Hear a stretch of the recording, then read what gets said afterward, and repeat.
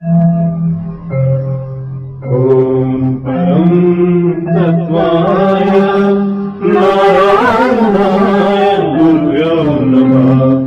ओम परम तत्वाय नारायणाय गुरुभ्यो नमः। आप सभी को जय गुरुदेव। मैं परमहंस स्वामी निखिलेश्वरानंद जी डॉक्टर नारायण दत्त श्रीमाली जी के चरणों में कोटि कोटि वंदन करते हुए उनसे सबके लिए आशीर्वाद की और प्रेम की कामना करती हूँ। मैं चाहती हूँ कि उनका आशीर्वाद युक्त हाथ हम सब के सिर पर बना रहे। आज कुरुक्षेत्र ज्योतिसर से हमारे साथ हैं प्रमिंद्रा जी। प्रमिंद्रा जी, आप कुछ बताइए कि आप सतगुरुदेव के पास कैसे पहुंची, कब पहुंची, फिर उनके सानिध्य में क्या क्या हुआ। मैं प्रमिंदा कुंद्रा हूँ और एक लंबी जीवन यात्रा में बहुत सारे अनुभव हैं। मुझे कुछ भी नहीं पता था गुरुदेव के बारे में और लेकिन बचपन से मतलब 17-18 साल की उम्र से और मैं फिर जब जवाहरलाल नेहरू में यूनिवर्सिटी में जब अपनी पढ़ाई कर रही थी, MPhil, graduation, post graduation, MPhil, PhD, तो उस दौरान आते थे। लेकिन मैं ऐसे देखती थी गुरुजी को उस टाइम एक पंडित के रूप में, और वो अच्छा। उन्होंने गमछा सा डाला होता था, थोड़ी सी मूछें थी और वो मुझसे बड़े बड़े यज्ञ कराते थे और उसमें से देवी देवता बहुत प्रकट होते थे। तो कभी हाथी पे बैठ के गुरुजी आ रहे हैं और कुछ बोलते थे तो वो सच हो जाता था। तो मैं घर में सबको बताती थी तो वो कहते थे तुम ये बहुत बुक्स पढ़ती हो तो उसका असर पड़ता है। और मैं सोचती थी कोई पिछले जन्म के मेरे कोई ज्योतिष हैं, कोई ज्योतिषी हैं, कोई पंडित जी हैं, वो उनसे कोई संपर्क है। ऐसे समय निकलता गया, कुछ पता नहीं चला। करते करते मैं अपनी पढ़ाई भी पूरी कर ली, जॉब भी कर ली और फिर मैं मध्य प्रदेश के जंगलों में मैंने एक प्रोजेक्ट लिया था। विवाह से थोड़ा मेरा शुरू से ही बहुत रुचि नहीं थी, पारिवारिक उसके चलते प्रॉब्लम्स भी होती थी। तो मैंने सोचा मैं कहीं दूर चली जाती हूँ। तो बाय चांस मुझे मध्य प्रदेश की तरफ छिंदवाड़ा के साइड जो ट्राइबल्स हैं उधर काम करने का मौका मिला, तो मैं उधर चली गई। तो मुझे जा रही थी सड़क पर तो एक चित्र महाकाली का सड़क पर वो बेच रहा था। वो पता नहीं कि उस चित्र में बहुत अट्रैक्शन था और मुझे ऐसा लगा जैसे कोई कह रहा है कि तुम इनकी आराधना शुरू कर दो, क्योंकि हमारे घर में ऐसा कुछ था नहीं। तो मैं वो चित्र खरीद, 10 रुपए का वो था और उसमें रामकृष्ण परमहंस और शारदा माता ये दोनों साइड बैठे, बीच में महाकाली, वो बड़ा उनका फेमस चित्र है। वो बोर्ड किया हुआ था, वो ले आई। वहां से गुरुदेव के साथ अब एक क्लोज एसोसिएशन शुरू हुआ जो मुझे समझ नहीं आया उस टाइम। और जैसे समझ में आता था काली चालीसा पढ़ ली, कुछ कर ली। और मेरा काम भी ऐसा था कि मैं बिल्कुल मतलब प्रशासन के अगेंस्ट भी करना पड़ता था और लोगों के लिए करती थी। किस डिपार्टमेंट में? मैंने फिर कंसल्टेंसी करती थी, यूनिसेफ में थी। अच्छा। और पहले यूनिवर्सिटी में पढ़ाया भी मैंने, दिल्ली जामिया मिलिया में। अच्छा। और फिर ये मैं चली, सब छोड़ दिया मैंने और मैं थोड़ा सा एकांत में रहने लग गई। उस दौरान ये साधनाएं शुरू हो गई। करते करते फिर मुझे 95 में यहाँ पर बाद में पता चला कि गुरुदेव उस 95 के ग्रहण में आए भी थे यहाँ पर। तो ग्रहण में मैंने फिर गुरुदेव को देखा। अच्छा। और देखा कि बहुत बड़ा एक यज्ञ है और उसमें बहुत लोग आहुतियां डाल रहे हैं। तो गुरुदेव आते हैं और कहते हैं तुम आओ, मैंने तुमको एक साधना करानी है। अच्छा। और फिर वो आज तक मुझे किसी ने उसका जवाब नहीं दिया कि मैंने क्या देखा, लेकिन मुझे अभी भी याद है कि वो गुरुदेव जहाँ लेके गए वहां पे हवन कुंड में से 2 राक्षस प्रकट हुए। और तो लोग आसपास में लोग कहने लगे कि इनको राक्षसों को मार दो। तो वो अंदर से ही प्रेरणा हुई कि नहीं, इनको कुछ करना नहीं है, ये तो एक प्राकृतिक क्रिया हो रही। फिर मैंने देखा वो राक्षस अंतर्ध्यान हो गए और वहां से निर्मल जल निकलने लग गया उस हवन कुंड से और एक देवी प्रकट हुई। उन्होंने हाथ बढ़ा के, आज भी मुझे याद है, मैंने कईयों से पूछा पर उसका मुझे किसी ने जवाब नहीं दिया। तो हाथ बढ़ाकर उन्होंने स्वर्ण अक्षर से कुछ हरे से पट्टी सी थी, उसमें कुछ लिखा हुआ था, वो मुझे पकड़ाया। और गुरुदेव जो हैं वो वहां खड़े हुए थे। उनको मैंने उस वक्त उस अपने जो भी मुझे अनुभव हुआ था उसमें देखा। उसी दौरान में मुझे यहाँ पर मंत्र रहस्य नाम की किताब हाथ लगी गुरुदेव की। अभी मुझे पता नहीं था ये कौन है, क्योंकि तब तक तो यही लगता था पूर्व जन्म का कोई संस्कार ऐसा है। तो जब मैंने पढ़ते पढ़ते एंड में जब आई, लास्ट पेज पर आई, तो वहाँ चित्र था गुरुदेव का। फिर आप पहचानी? मैंने कहा ये तो वही है जो मेरे स्वप्न में बचपन से आ रहे हैं, आज से तो आ नहीं रहे, काफी वर्षों से। अच्छा। तुम्हारा और मेरा रिश्ता बहुत पुराना है। ये पहला नहीं, एक पहली बार आप मिले, दूसरी बार मिले, 10वीं बार नहीं मिले। आप कई जन्मों से मिले हैं और मेरे पास मिले हैं। मैं आपको आपके पिछले 20 जन्म दिखा सकता हूं। जो भी चैलेंज के साथ आ जाए, मैं दिखा दूं कि आपके 20 जगहों से आप जुड़े हुए हैं। तो फिर मैंने कहा अच्छा इनके पास तो नीचे एड्रेस वहाँ दिल्ली का नहीं था, जोधपुर का था। जोधपुर का। तो जैसे हम आमतौर पे होता है, हम काम में व्यस्त रहते हैं, उस टाइम में व्यस्त भी बहुत थी, 95 की बात है, अपने करियर के पीक पर थी, तो टाइम ही नहीं मिलता था। और फिर मैंने कहा अच्छा जोधपुर जाऊंगी, उनसे मिलने जाऊंगी।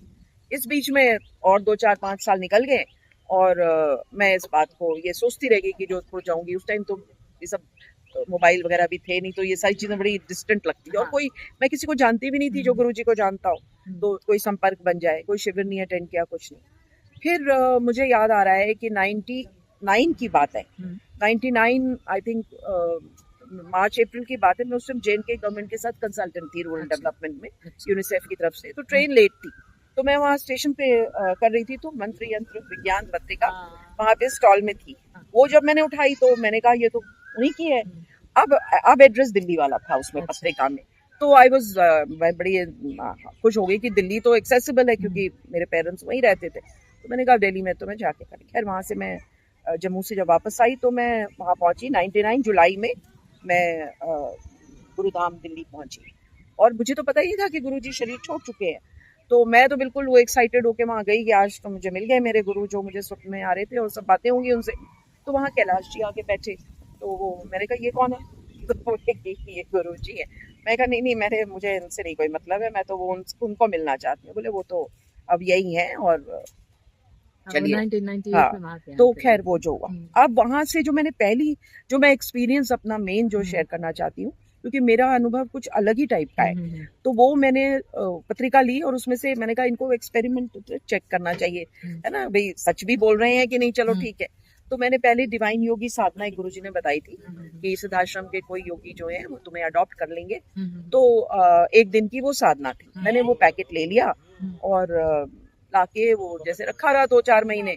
और फिर मैंने नवंबर, अभी भी मुझे बिल्कुल क्लियरली याद है, नवंबर 99 के एंड ऑफ नवंबर में मैंने वो साधना की, एक दिन की साधना थी।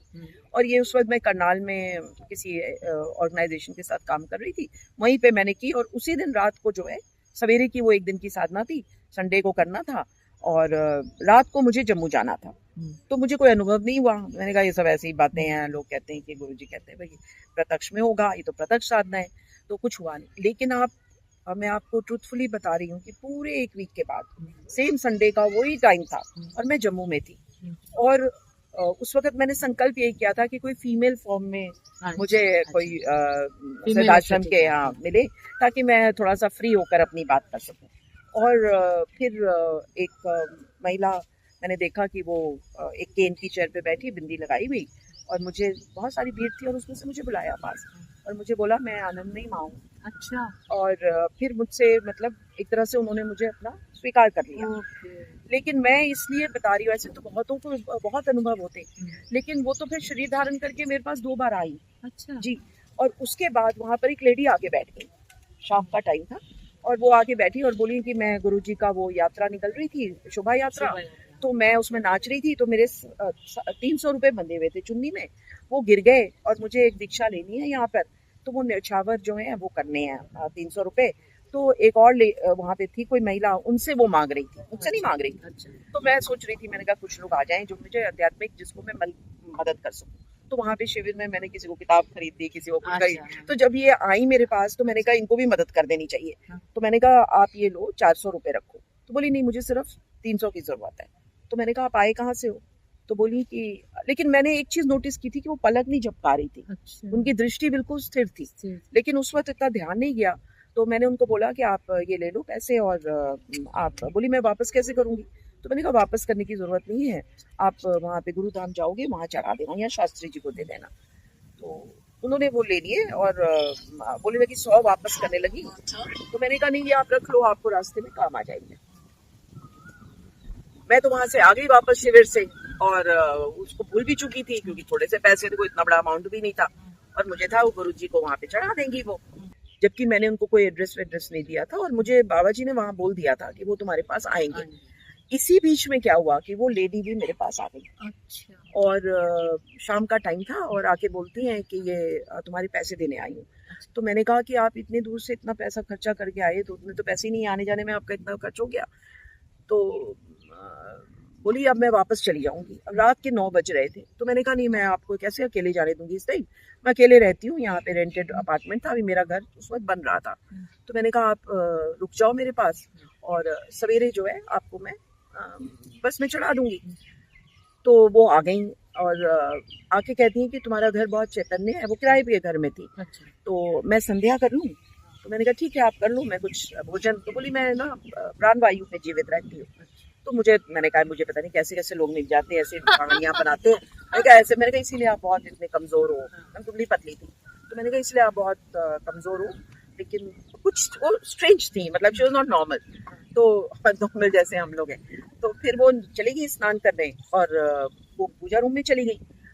मुझे थोड़ा सा कुछ 4 रोटियां बनाई और थोड़ी सी सब्जी बनाई, और मैं वेट करने लगी कि अब आएंगी। तो वो वहां से आई नहीं, तो मैं उनको देखने गई।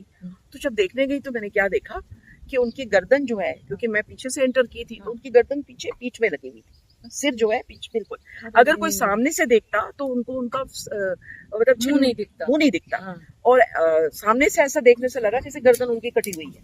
तो अच्छा, मैंने फिर खैर कहीं पढ़ा था कि जब कोई समाधि में चले जाए तो उसको अचानक नहीं उठाना, ये वो खैर वो सब।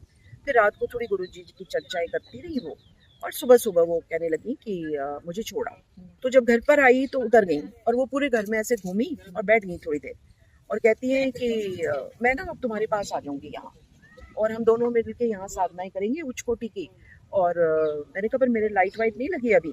तो बोली हमें लाइट की क्या जरूरत है, हम तो दिया जला के बैठ जाएंगे। मैंने कहा कैसी बातें करते हैं लोग, कभी कहते हैं प्राणवायु पे रहते हैं, कभी कहते हैं जी लाइट की जरूरत नहीं। मैं कहा नहीं मैं तो ऐसे नहीं। फिर मुझे ऐसा लगने लगा पता नहीं कौन है क्या है, ऐसे क्यों करते। चलो जी वो चली गई। अब मेरे पास किताब एक, अभी तक तो मैंने कोई किताब पढ़ी नहीं थी उनके बारे में। जब किताब पढ़ी खोली तो वो तो शक्ल वही थी बिल्कुल। तो मेरा ये कहना है कि कुछ भी जो है ये तो एक चेतना है, और कभी भी ये जो चेतना है जो निराकार साकार, ये सब उनके लिए खेल है। और ये योगी वगैरह जो हमारे सदाश्रम के योगी है कहीं नहीं गए और ना ही कहीं जाते हैं। ये तो जब हमारा सौभाग्य होता है या हमारा चिंतन ऐसा होता है या उनकी कृपा होती है, तो ये जो है ये हमसे संपर्क करते हैं, चाहे स्थूल में करें चाहे सूक्ष्म में करें। अगर मैं प्रसन्न मुद्रा में रहता हूं तो मैं तुम्हें प्रसन्नता दे सकता हूं, और अगर मैं हास्य में रह सकता हूं तो तुम्हें भी हास्य में दे सकता हूं, और मैं संपन्नता में जिंदा रह सकता हूं तो मैं भी संपन्नता दे सकता हूं, क्योंकि मेरे पास ये सब कुछ है और मैं तुम्हें दे सकता हूं। आवश्यकता इस बात की है कि तुम पूर्ण रूप से अपने आप को सौंप सको। जब तुम सौंप ही नहीं सको, जब तुम अपने आप को खेलते हुए रहोगे, तो मैं तुम्हें कुछ नहीं दे सकता। जब तुम अपने हृदय में मुझे स्थापित कर ही नहीं सकते, तो मैं तुम्हें कुछ प्रदान कर ही नहीं सकता। और उसके बाद मैंने खैर महाविद्या साधना में महाकाली साधना की। और मैं इतना कहना चाहूंगी, और मैं सारा को डिस्कस नहीं कर सकती, अभी इतना लंबा टाइम भी नहीं है, पर मैं ये कहूंगी कि जो भी साधना की वो अक्षरक सच निकला।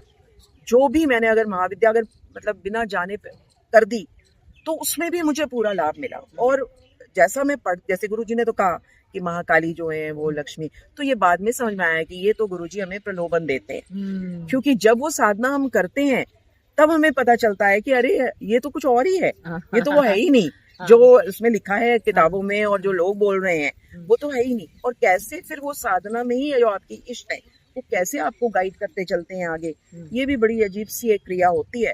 और अब मैं आई थिंक यहाँ विराम देती हूँ, काफी लंबी बात होगी, लेकिन चर्चा करेंगे। लेकिन मैं तो सबसे यही कहना चाहूंगी कि गुरुदेव की साधनाएं करके देखो आप, और उसमें जो लाभ होता है, हम इधर उधर भटकते हैं, लोगों के पास जाते हैं, और कई बार लोग जो ये सब किसी भौतिक चाहिए, संसारिक चाहिए, आध्यात्मिक चाहिए, ये सब कुछ, तो ये अनुभव मुझे हुआ। और ये जब मैंने महाकाली साधना की थी वो तो अपनी रक्षा के लिए ही की थी, लेकिन माँ ने जो मुझे अपने स्वरूप दिखाए वो मैं आपसे अब क्या चर्चा करूंगी। तो जब हम साधना एक बारी फिर मुलाकात होगी तब जो है हम आपसे वो सारे अनुभव भी लेंगे प्रमिंद्रा जी। और इसके साथ ही ज्योति सर की इस पावन भूमि चैतन्य भूमि को हम एक बार फिर प्रणाम करते हैं, जहाँ परमहंस निखिलेश्वरानंद जी जैसे व्यक्तित्व ने 2.5 साल तक तपस्या की। ये उनकी तपोभूमि है, हम बार बार इसको नमन करते हैं। और इस धरती पर ये जो आपसे बातें की हैं हमने, यहाँ से जाने का ही मन नहीं, ये हमेशा याद रहेंगी। जी। इसके साथ ही आपका बहुत बहुत धन्यवाद, और मैं सभी को जय गुरुदेव कहती हूँ। जय गुरुदेव।